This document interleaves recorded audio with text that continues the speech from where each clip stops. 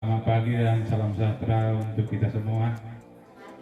Mari kita mengucapkan puji syukur kepada Tuhan Yang Maha Kuasa karena kasih setianya memberikan kesempatan dan kesehatan di pagi hari yang indah ini. Kita bisa melaksanakan tugas tadi di dalam pembelajaran mulai les pertama sampai les keempat, dan pada saat ini kita melaksanakan yaitu sosialisasi dari Ibu Sofi sebagai guru penggerak di sekolah kita untuk pengambilan keputusan dalam pemimpin pembelajaran di mana pembelajaran. Oleh karena itu kami sebagai wakil kepala sekolah bidang kurikulum Bapak Tumording Simanullah mengajak kita agar kiranya bisa mengikuti kegiatan sosialisasi ini dan mengambil manfaat untuk efektivitas daripada pembelajaran kita di dalam kelas. Demikian dari kami, mudah-mudahan kita diberikan kesehatan bisa mengikuti sosialisasi ini dengan baik. Demikian juga Ibu Sof yang terhormat, kiranya senantiasa terus belajar, tidak berhenti bagaimana mengembangkan diri untuk bisa menularkan model-model pembelajaran yang diterima selama mengikuti proses pembelajaran guru penggerak agar bisa sekolah kita semakin maju. Demikian dari kami, terima kasih. Selamat pagi untuk kita semua. Selamat pagi untuk kita semuanya Bapak Ibu. Tapi sebelumnya saya ingin menyapa Bapak Ibu. Kalau saya katakan hai, halo Bu Sofi. Kalau saya bilang hai Guru Semanda, jawabannya halo Ibu Sofi. Sekali lagi ya. Nah, sekali lagi saya katakan hai Ibu Semanda. Halo Ibu Sofi. Ya, semangat lagi ya. Terkhusus untuk kaum Bapak. Nah, hai kaum Bapak Semanda. Hai Ibu Sofi. Oke, terima kasih kepada Bapak Ibu. Nah, tapi sebelum saya berbagi tentang pengambilan keputusan sebagai pemimpin pembelajaran, tanpa kita sadari Bapak Ibu guru bahwa kita itu sebenarnya seorang pemimpin. Nah, pemimpin pembelajaran di kelas. Nah, baik pemimpin pembelajaran setiap kelas-kelas yang kita ajari, tanpa kita sadari kita adalah seorang pemimpin. Nah, Bapak Ibu, sebelum saya berbagi tentang pengambilan keputusan, nah pasti Bapak Ibu penasaran, kenapa sih mengambil keputusan itu? Kenapa pakai langkah-langkah segala, pakai tips? Nah, kalau mengambil keputusan ya sudah. Nah, Bapak Ibu, terkadang kita mengambil keputusan, terkadang kita berpikir seperti ini. Berpikir karena rasa peduli. Nah, kita tidak pernah memikirkan konsekuensi. Kadang kita mengambil keputusan berdasarkan aturan. Nah, terkadang juga kita mengambil keputusan berdasarkan hasil akhir. Nah, di sini kita akan merefleksi dan mengevaluasi diri kita. Apakah kita sebagai pemimpin pembelajaran sudah bijaksana, bermakna, bermanfaat sampai kita saat ini masih menjadi tenaga pengajar. Namun Bapak Ibu, saya ingin berbagi. Nah, namun kita punya kesepakatan. Sopan saat bertanya.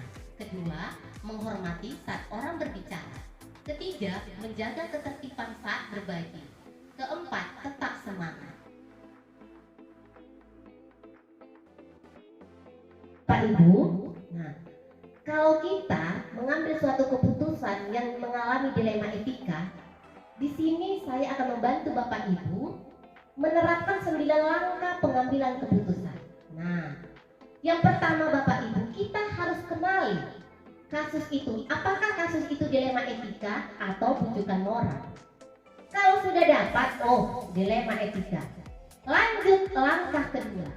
Langkah kedua, kita menentukan siapa sih yang terlibat di dalam kasus yang kita hadapi. Apakah siswa, rekan kerja, orang tua, atau atasan, atau kita sendiri. Nah, kalau sudah dapat Bapak Ibu, lanjut langkah ketiga. Kumpulkan fakta-fakta yang relevan dengan kasus tersebut.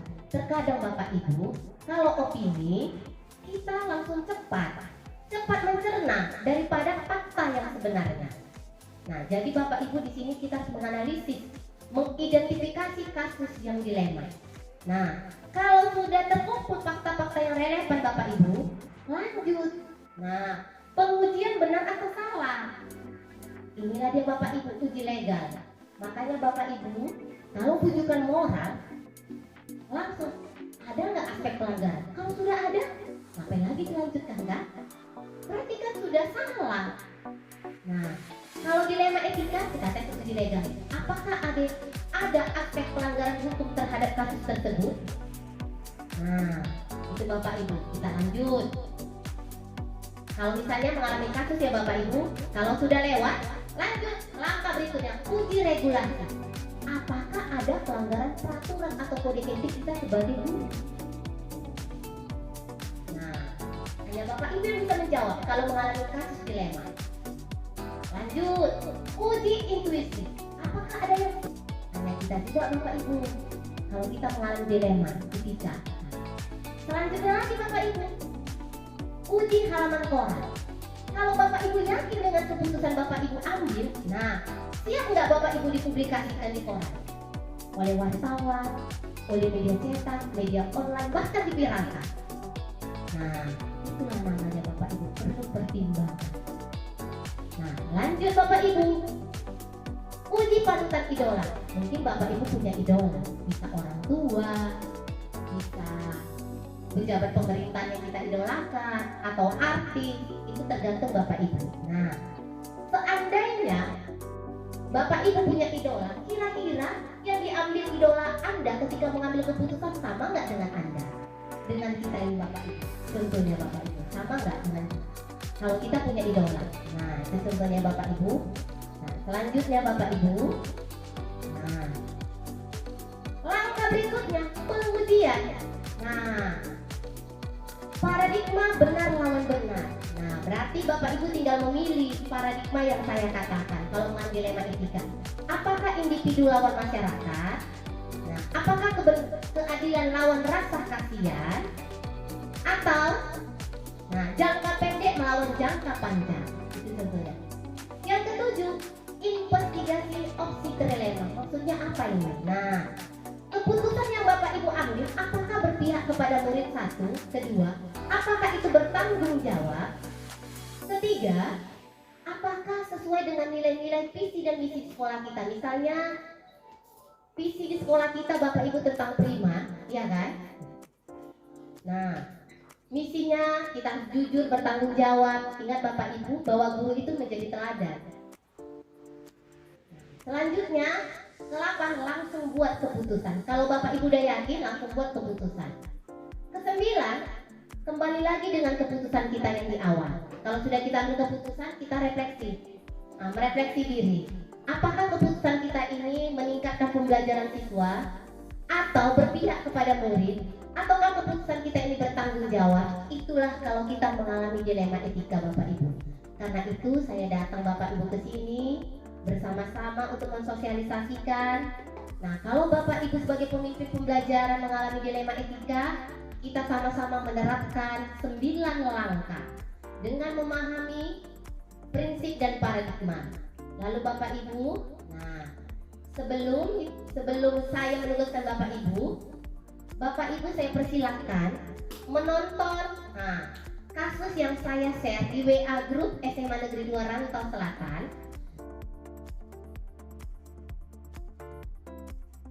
Yang kedua, menentukan siapa yang terlibat di situasi tersebut. Yang terlibat adalah guru, siswa, teman, dan orang tua siswa tersebut. Kemudian yang ketiga, mengumpulkan fakta. Fakta yang sangat jelas kita lihat di dalam video tadi adalah bahwa siswa tersebut mencontek demi mendapatkan nilai yang baik, yaitu nilai matematika, agar dia tetap diperbolehkan untuk melukis. Itu syarat dari orang tuanya. Kemudian poin yang keempat, pengujian benar atau salah. Seperti yang saya bilang tadi bahwa sebenarnya niat dia baik, benar, dan cita-citanya menjadi pelukis itu benar, tapi caranya yang salah. Jadi dia berusaha mendapatkan nilai yang baik dengan cara mencontek. Dan kita sendiri tahu bahwa mencontek adalah tindakan yang tidak benar. Jadi sebenarnya ada solusi terbaik yang dapat dia sosialisasikan kepada gurunya.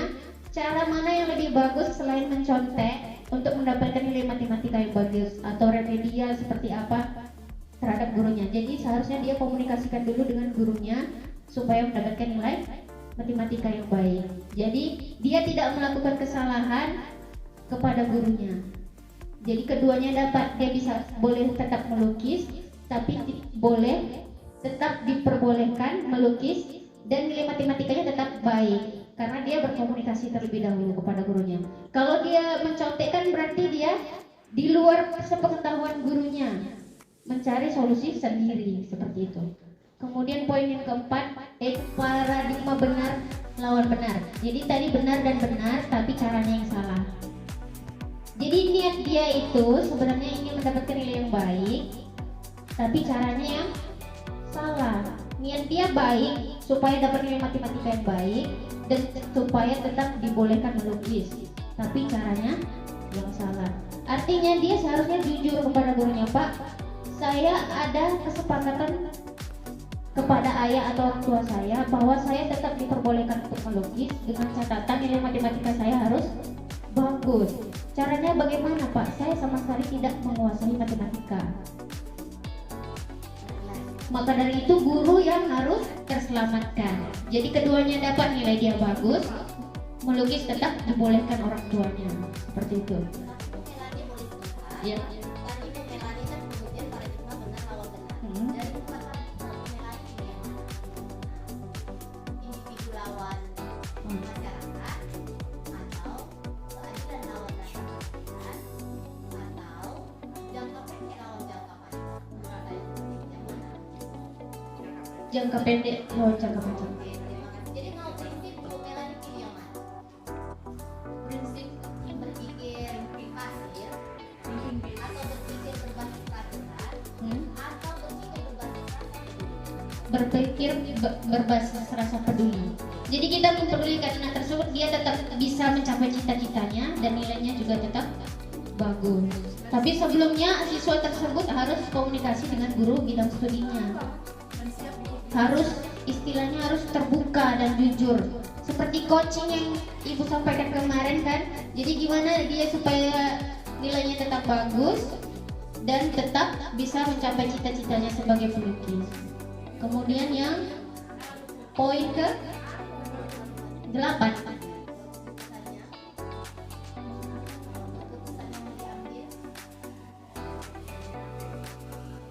Jadi keputusannya seperti tadi, kita nasihati dia, kita bimbing dia bahwa niat dia baik, tapi sebelumnya harus kembali lagi berkomunikasi kepada guru mata pelajarannya. Jadi bisa aja melalui remedial, biar aja nilai ujiannya jelek, tapi melalui remedial dan nilai yang kita berikan tidak. Iya, seperti itu yang kita lakukan seperti biasa. Kemudian poin yang ke-9, lihat lagi keputusan dan refleksikan. Jadi keputusannya tetap sama, kita beri dia kejadian tersebut rasa peduli kasihan tadi, ya kita biarkan dulu untuk kasus yang ini. Untuk selanjutnya kita arahkan jika dia ujian atau apapun itu lebih baik dikomunikasikan dengan guru mata pelajarannya, jangan mengambil keputusan sendiri. Jadi apapun tujuannya benar, kalau langkah yang diambil salah itu tetap salah menurut saya. Jadi itu dari kasus pertama yang saya sampaikan. Terima kasih. Assalamualaikum warahmatullahi wabarakatuh. Tepuk tangan Bu Melani. Nah, semoga catatan ini sangat bermanfaat bagi Bapak Ibu. Oke. Nah, satu lagi Bapak Ibu silakan biar kita tutup. Pak JM. Oh enggak. Ada lagi?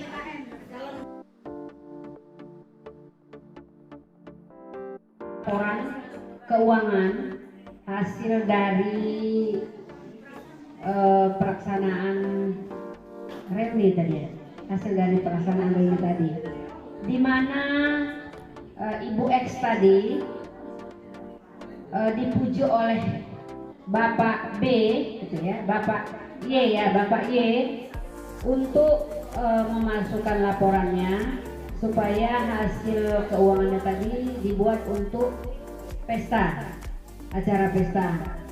Jadi kalau saya sebagai Ibu X, saya tetap menolak dan saya tetap melaporkan hasil keuangan sebagaimana adanya. Sebut karena saya tidak siap untuk dilakukan. Kemudian yang kedua, saya memang benar-benar tidak mau mencari masalah. Saya memang benar-benar untuk melaporkan hasil keuangan yang sebenarnya. Itu saja menurut saya. Demikian saya sudahi. Terima kasih kepada Ibu Sofi. Oke, tepuk tangan untuk saya. Sampai lupa tepuk tangan untuk Bunda Nurma. Bunda Nurma, semoga bermanfaat ya catatannya. Oke, terima kasih. Bapak Ibu, sebelum saya mengakhiri sosialisasi, saya ingin bertanya kepada Bapak Ibu ya. Kita tidak perlu takut benar salah belakangan ya, Bapak Ibu. Saya ingin tanya Bapak Ibu. Nah, untuk melihat ini dilema etika atau tidak, atau butuhkan moral. Nah, saya tanya Bapak Ibu. Nah, misalnya seperti ini Bapak Ibu. Ada seorang guru bahasa Indonesia. Nah, guru bahasa Indonesia ini bisa dikatakan dia sangat kejam. Nah, kategorinya kejam. Mengasih nilai sangat objektif sekali. Berapapun dapat anak itu, seperti itulah dikasihnya. Kemudian ada seorang siswa yang diajarnya. Siswa itu begitu ketakutan setiap masuk ibu tersebut. Nah, jadi suatu saat anak itu tidak mengerjakan tugas.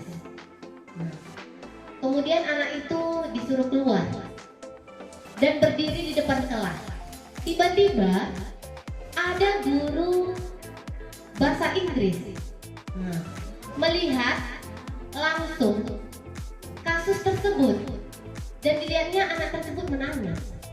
Nah, sekarang Bapak Ibu saya ingin bertanya, apa yang Bapak Ibu lakukan kalau Bapak Ibu guru adalah seorang guru bahasa Inggris tersebut? Ayo Bapak Ibu. Apa yang Bapak Ibu lakukan? Secara guru tersebut rekan kerja. Nah, secara Anda melihat siswa itu ketakutan dan menangis di depan ruangan ibu tersebut. Dan ibu bahasa Indonesia itu tetap mengajar dan menjalankan tugas dan tanggung jawabnya. Kalau Bapak Ibu guru, selaku guru bahasa Inggris tersebut, apa yang Bapak Ibu lakukan?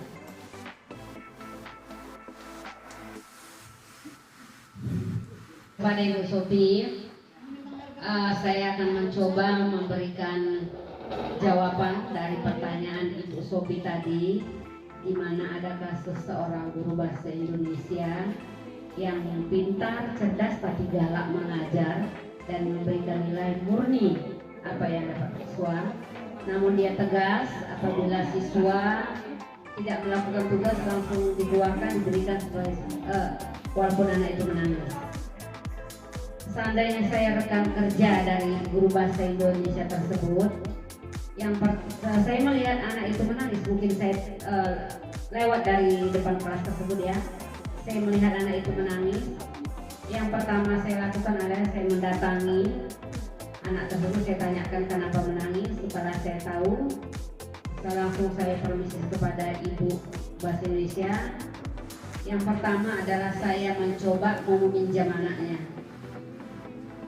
Yang pertama tujuan saya mencek sebenarnya macam mana ya. Jadi saya bilang, Bu bahasa Inggris, boleh saya meminjam anak ibu ini? Kenapa anaknya sama? Maaf, Bu bahasa Indonesia, maaf, boleh saya bertanya? Gitu ya. Kemudian mungkin dijawabnya, ya ada Bu, boleh saya pakai anak ini di luar bermasalah, kenapa dikeluarkan? Mungkin sudah dikasih tahuannya sama saya dengan alasan yang sebenarnya. Boleh saya pinjam anak ibu, saya ada perlu kan dia di luar bekerja. Oke, silakan ya. Saya bawa anak tersebut. saya berikan tidak di ruang BP, boleh di ruang guru atau di ruang BP, saya berikan tugas.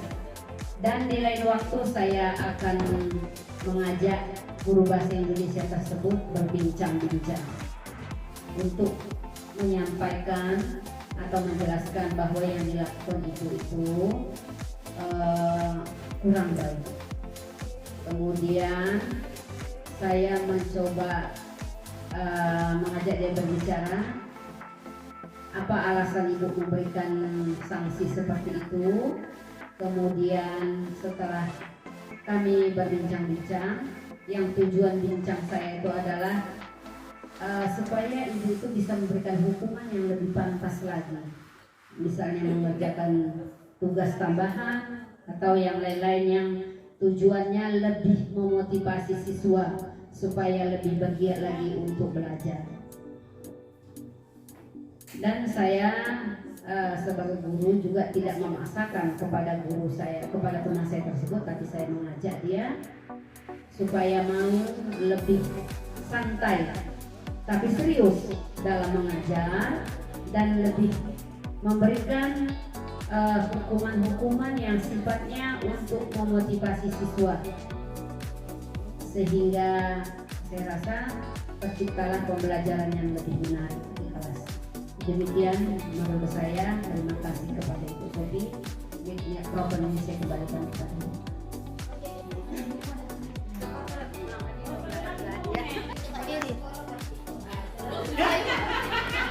Baiklah, pendapat saya dengan Ibu Norma sebenarnya nggak jauh berbeda.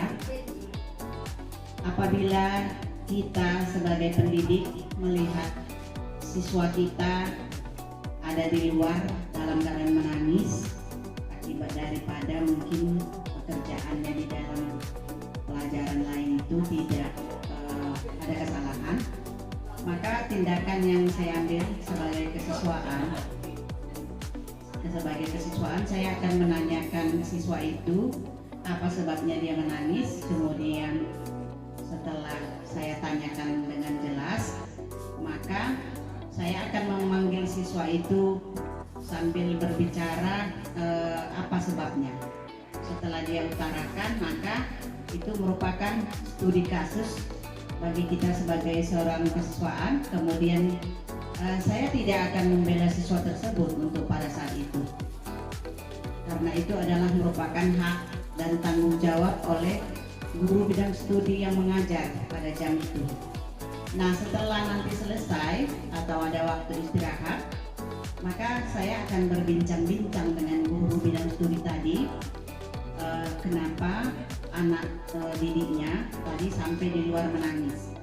Nah, saya akan mendengarkan apa yang disampaikan oleh guru bidang studi tersebut, dan saya tidak menyalahkan guru bidang studi itu, karena itulah teknis yang dibuat oleh guru tersebut. Cuman saya memberikan masukan kepada guru tersebut supaya jangan sampai mengeluarkan siswa dari dalam ruangan. Bisa siswa itu dihukum karena memang kesalahannya atau PR-nya bagaimana di dalam, karena itu merupakan hak daripada guru itu, guru yang mata pelajaran tersebut. Tetapi saya kasih sedikit masukan supaya digantilah teknis cara dia menghukum siswa, karena itu akan berpengaruh terhadap pemandangan di sekolah kita, ya. Karena sekolah kita ini kalau dilihat nanti mana tahu ada datang tamu kita pengawas atau apa, dilihat muridnya di luar dalam keadaan nangis, nanti ini menjadi kasus, ya, di sekolah. Oleh karena itu kita berbincang-bincang dengan cara bersahabat saja dengan teman-teman seperti kita guru-guru yang lain, karena kita di sekolah ini tujuannya sama-sama mendidik. Saya rasa itu pendapat saya, dengan tidak menyalahkan siswa dan tidak juga menyalahkan. Saya kasih masukan kalau bisa jangan sampai mengeluarkan siswa dari dalam ruangan. Saya rasa itu pendapat dari saya. Ya.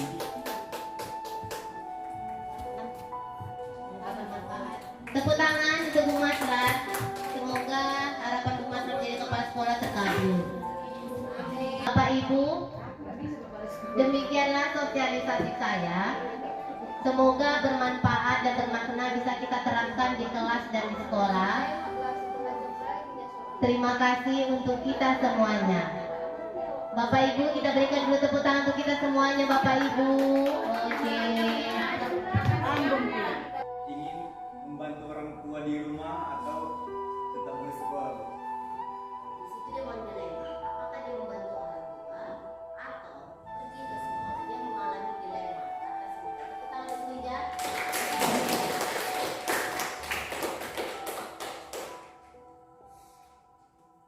Anak-anak ibu pasti penasaran, apa sih dilema etika?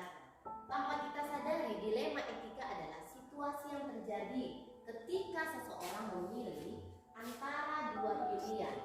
Nah, benar-benar tapi bertentangan. Nah, contohnya seperti kata Rizal.